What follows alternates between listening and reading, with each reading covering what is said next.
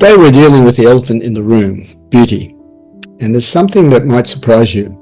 Only 10 to 15% of the population actually fits into the beautiful people class. I know what you're thinking. Everything I'm about to tell you is going to confirm that internal voice saying only beautiful people get the good stuff and I'm screwed. And yes, you're partly right. Beauty absolutely gives advantages. That's reality. And biology and evolution are driving the bus here. But it's not the whole story. If it were, average-looking people would never find partners. Disabled people in wheelchairs wouldn't have loving relationships. And I have friends in wheelchairs with amazing partners. 85% of the population would be alone and miserable. They're not. You've been sold a lie that you need to look perfect before you can achieve anything meaningful. That if you're not handsome, you're playing poker with a rigged deck. We'll demolish that lie later. But for now, you probably know some of what I'm about to share, but I doubt you understand the full scope of how beauty changes and shapes our lives. Today we're looking at the advantages that beauty confers, starting with something called the halo effect. Just know that what I'm telling you is the tip of the iceberg. Basically, the halo effect boils down to that which is beautiful is good.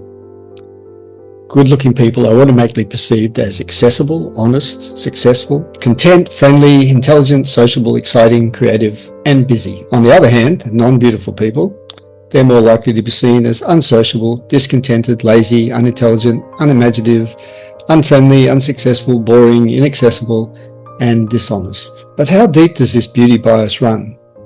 We're going to examine it across 5 areas: childhood, work, relationships, the courtroom, and media. So let's look at childhood. It starts before you can even walk. Attractive infants receive more smiles, more touching, more attention. These early experiences create a better foundation for life. There's a famous supermarket study where attractive children were strapped into shopping carts for safety 13% of the time, compared to just 1.2% for unattractive children. Most attractive children stayed close to their parents, while unattractive ones were allowed to wander further away. Then you have school. Teachers give attractive children less discipline, more attention, and higher expectations for success. Less attractive kids get more punishment, less support, and lower expectations. 2 completely different worlds, which often leads to vastly different life trajectories. As you get older, you get into the dating scene. And when researchers compared looks versus personality as predictors of attraction, they found that the most significant factor determining romantic interest was the individual's rating of their partner's physical attractiveness, regardless of personality. So you're more likely to go on a second date if you're handsome. Looks are the key factor in whether you get that second date.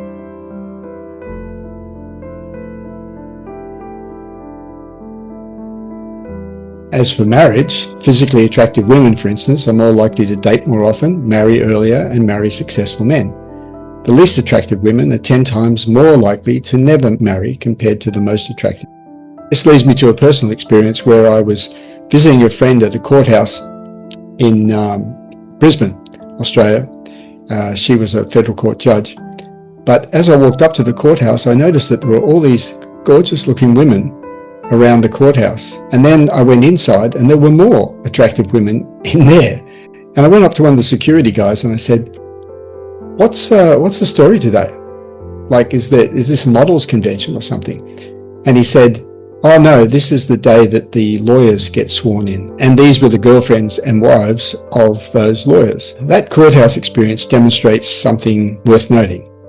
If we assume lawyers will be successful people, attractive women often end up with successful men. Now, the question of whether women are just chasing money is something I'll tackle in a future video. Speaking of courthouses, what happens if you're the victim or perpetrator of a crime? Well, both physically attractive victims and attractive defendants receive greater sympathy than those lower in physical attractiveness. Assailants were more likely to be found guilty if the victim was beautiful. Unattractive defendants were found guilty by 82% of jurors. Highly attractive defendants, only 52% guilty verdicts. What about the media? Well, music, television, film, advertising, they all portray winners, stars, heroes, and successful people as the most handsome and beautiful. Look at movies from the past 80 years, and even earlier. There's an overwhelming theme. Good guy, good looking. Bad guy, bad looking. John Wayne versus Lee Marvin. In Greece, John Travolta versus his acne-scarred nemesis. William Dafoe as the good guy in Platoon, Tom Berenger as the scarred villain. Modern films continue the pattern. Ryan Reynolds versus Hector Hammond in Green Lantern. Robert Pattinson's Batman versus the Riddler or the Penguin. Paul Atreides versus Baron Harkonnen in Dune. Even Disney programs get into the act, with children from the age of 3. The Lion King, handsome Simba versus scarred Scar. The Little Mermaid, beautiful Ariel versus grotesque Ursula. Pocahontas, attractive John Smith versus the ugly Governor Ratcliffe. These movies literally wire kids to believe physical beauty equals moral goodness. But what about happiness?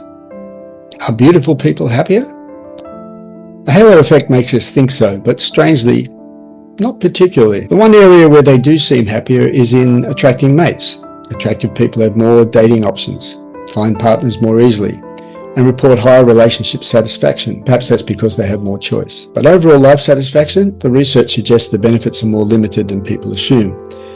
Beautiful people get social and professional advantages, but those don't automatically translate to deeper well-being.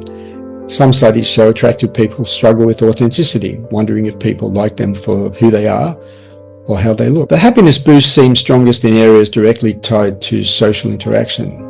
Dating, first impressions, some career advantages, but day-to-day contentment, meaningful relationships, sense of purpose, the gap narrows significantly. To explain why beautiful people aren't necessarily happier in all areas, I came up with this oxygen bottle theory of beauty. Imagine 2 women, each carrying an oxygen bottle through life. The beautiful woman has a tank with, say, 90% oxygen. She moves through the world with energy, breathes easily, naturally smiles. The plain woman has a tank with only 45% oxygen. She struggles, feels tired, finds simple interactions exhausting. They've carried these tanks since birth, so each assumes this is just how life works. The beautiful woman doesn't realize her advantages. The world's warmth feels more normal to her. The plain woman suspects something is different, but can't pinpoint what, though she has an idea. She just knows life feels harder, especially when climbing hills, like dating, job interviews, and social situations. The beautiful woman enjoys her advantages, but takes them for granted. She's reasonably happy, but not euphoric. This is simply her baseline. Then one day, the beautiful woman's tank malfunctions. Illness, accidents, aging reduces her oxygen to, say, 60%. Suddenly life isn't as easy. Doors that opened automatically now require effort. The world feels less welcoming. Meanwhile, the plain woman visits an oxygen specialist. Through cosmetic improvements, fitness, better grooming, or confidence work, her tank gets upgraded to, say, 90% oxygen. For the first time, she experiences what the beautiful woman had always known. And because she remembers the struggle, she's genuinely happier. The twist is, the woman who gained beauty appreciates it more than the woman who lost it ever did. But beautiful women are only happier than the general population in those specific hill climbing moments, not in their overall daily experience. And this connects to something fascinating about cosmetic surgery. By improving someone's appearance, you directly enhance their social value and enable them to gain greater social rewards. More oxygen in their tank, if you will. From the 1950s through the 1970s, several prisons in Canada and the US offered free cosmetic surgery to inmates. The theory was that facial scars, tattoos, and unattractive features caused them to be treated in ways that may have contributed to their criminal behavior.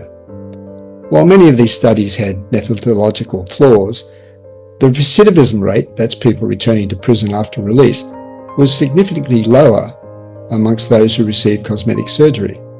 Go figure. So make of that what you will, but it aligns perfectly with everything we've discussed. When you change how people look, you change how the world treats them. When you change how the world treats them, you can change their life trajectory. The oxygen bottle theory isn't just a metaphor. It has measurable, real-world consequences. This isn't about vanity or superficiality. It's about recognizing a fundamental truth. Appearance affects opportunity, opportunity affects outcomes, and outcomes affect identity. The prisoners who received cosmetic surgery weren't just getting new faces. They were getting new chances to be seen as something other than criminals. And for many, that perception shift became reality. And here's a few examples from real life. Take Cindy Jackson, who holds the Guinness World Record for the most cosmetic surgeries. That's over 50 surgeries. She went from what she described as feeling completely invisible to becoming a sought-after speaker and author. That's someone who upgraded their oxygen tank from maybe 30% to 85%. And the change wasn't just physical, it was a complete life transformation. When someone's appearance changes dramatically, their entire life often follows. And this isn't just theory from decades-old prison studies. Reality TV has documented this transformation dozens of times in real time. Shows like The Swan or Extreme Makeover. These shows demonstrate what happens when you actually change people's appearance for the better. Their lives change. It goes the other way as well. There was this TV program, Average Joe, many years ago, probably 20 years ago or more. And that was where this young, very attractive girl would come to this villa, and she was supposed to meet all these handsome young men. But instead, they bust in a whole group of just average looking guys. And she was really pissed off. But that's another story. But during the filming, as an experiment, they put her in a fat suit, fattened her face, fattened her body, and she lost a lot of the natural attractiveness that she had. And then they sent her downtown to ask directions. And the treatment she received was an eye-opener for her. Because in the past, if she went and asked directions of anyone, guys would simply start talking to her and even walk with her and direct her to the place that she wanted to go to. This time, all she got was rudeness. Other women, not so bad, but men didn't want to even talk to her, which I found amazing. And it was a shock to her because she took it for granted all her life that that's how she was treated, and never necessarily connected it to her looks. She just thought that's the way the world was, until her oxygen was reduced and she was made to look unattractive. I should point out that beauty is advantageous for men too, but it's nowhere near as crucial as it is for women. Sure, women will swipe right for good-looking guys on Tinder and swipe left if you don't trigger their biological programming. Don't believe for a second that women aren't as looks conscious as men. But that's Tinder, a visual marketplace where personality is reduced to a few lines of text. The whole personality matters most narrative is overrated when it comes to online profiles. But I'll explain why in another video. Your offline personality, however, that's a massive advantage in your favor, and it's something you can actually control. Meeting real women in different situations, anywhere other than online, works infinitely better than dating apps. In a later video, I'll break down exactly what you need to do to get the girl. I'll also explain what actually works for dating apps. The difference is night and day. Online, you're reduced to a handful of photos and a few lines of text, competing against infinite options. Offline, your personality, humor, presence, and social skills become a massive advantage that can completely override average looks. That's where the game changes in your favor. Now, when it comes to work, beauty also plays an important part. Waters, back in 1980, started the ball rolling with his CV study. What he did was he sent identical CVs out to companies, but the photos were changed. So you had one was a beautiful photo, one was an unattractive photo, a different person. And what they found was that the attractive people were much more likely to be offered the job. And when they were offered the job, they were also offered more money, usually up around about 10 to 15% more than an unattractive person would have been offered. Also with work, two people doing the same job, one attractive, one unattractive. The unattractive one will have to work a lot harder to get the same recognition as the beautiful person. And this comes to things like presentations as well. Beautiful person giving a presentation, they'll be rated as more interesting, and the people will actually retain the information that they presented for longer, whereas the unattractive person will be rated lower for the same talk or the same presentation. And this also transfers across to things like aid as well. Many studies have shown that the more beautiful people are rendered aid much more easily and much more quickly than unattractive people. A study was done of a woman whose car had broken down, needed a tyre changed. Attractive woman, men came and helped her very quickly. Unattractive, men just passed by generally. So beauty permeates every aspect of life. Now, is there a downside to beauty? Not much, but there are a few interesting quirks. Attractive men and women actually have fewer same-sex friends. Think about it. Other guys might feel threatened or assume you're a competition, while other women might see you as a threat or assume you're stuck up. In street accidents that aren't fatal, beautiful people receive better treatment than non-beautiful people. But if there's a fatality, the treatment reverses. Less attractive victims receive more sympathy and attention. Physically attractive people are punished more severely for crimes like embezzlement and swindling. The logic seems to be, you already had advantages, so why did you need to cheat? So what's the bottom line? This beauty advantage is real, and it runs deeper than most people realise. From childhood through the courtroom, from Disney movies to dating apps, we're wired to treat beautiful people better. The halo effect isn't some minor bias, it's a fundamental part of how humans operate. But here's what matters. It's not the whole story. The oxygen bottle theory shows us something crucial. Beautiful people aren't living in permanent bliss. They're just operating with more social oxygen. And here's the kicker. You can get more oxygen in your tank. Maybe not to 90%, but you can absolutely move from 45% to 70% or 80%. That improvement can be life-changing because you'll actually appreciate the difference. More importantly, there are entire areas of life where the beauty advantage fades or disappears entirely. Deep relationships, meaningful work, personal fulfillment, building something that matters. These demand far more than who you are than how you look. A beautiful woman with her 90% oxygen tank, she's not automatically happier day to day. She doesn't wake up grateful for her advantages because they feel normal to her. She might even struggle with authenticity, wondering if people like her for who she is or just how she looks. You, on the other hand, have something she doesn't. The ability to appreciate real change when it happens. Every improvement you make, better fitness, sharper style, stronger social skills, deeper confidence, you'll actually feel the difference.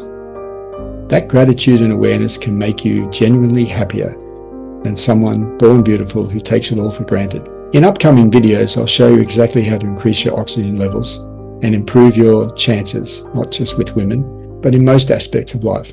We'll cover everything from the practical stuff, what actually works in dating, both offline and online, to the deeper game changers that most guys completely miss. Now, before you start Googling plastic surgeons, let me be clear about something crucial.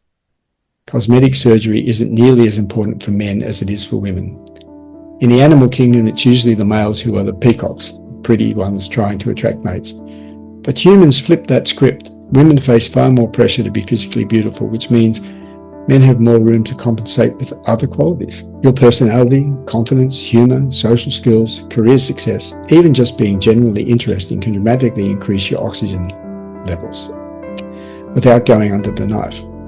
A guy who's a 6 in looks but a 9 in charisma will often outperform a guy who's a 9 in looks but a 6 in personality, especially in real-world situations where you're not just a photo on the screen. So don't think for a second that you need surgery to compete. The beauty advantage is real, but for men, it's just one tool in a much bigger toolkit. And frankly, it's not even the most important one. Because here's the truth they don't want you to know. While you can't control the genetic lottery you were born with, you have way more control over your final outcome than you think. The beautiful people got a head start, but this isn't a sprint, it's a marathon. And marathons aren't won by the fastest starters. They're won by the people who refuse to quit and figure out how to run their own race. That's you.